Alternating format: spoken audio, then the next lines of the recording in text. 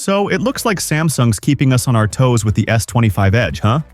Officially teased back in January, this phone has slowly been revealing itself piece by piece, but now it's practically out in the open, thanks to a UK retailer, Argos, jumping the gun and listing the S25 Edge for pre-order.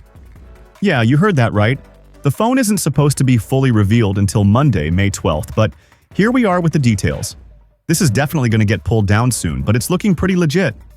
Now, the phone itself, no big shockers if you've been following the leaks. But for me, the big question is that 3,900 mAh battery. I mean, a 6.7-inch screen with a Snapdragon 8 Elite SoC? That feels like it's asking for a lot of juice. Fingers crossed it's optimized better than it looks on paper. And don't get me started on the camera setup. The 200-megapixel main sensor is cool, but that 12-megapixel ultra-wide seems a little underwhelming. I was really hoping for more on that front, especially since we're talking about a flagship. But here's where things get interesting. The S25 Edge is only 5.8 millimeters thick. That's crazy thin, especially when you consider the titanium durability, just like the Ultra. And now it's rocking Corning's Gorilla Glass Ceramic 2 tech to keep that slim profile without sacrificing strength. Definitely a plus for the durability enthusiasts.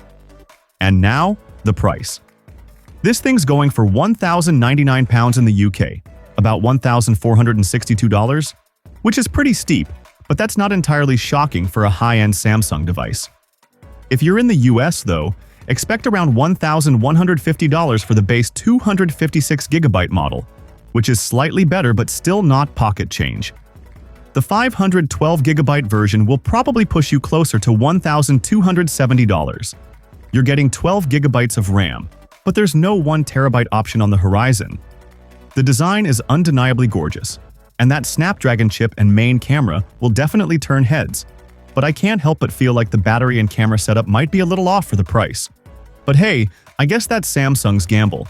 What do you think? Is the price justified, or are they pushing it with this one? Let me know in the comments below. I'm curious to hear what you think about this one.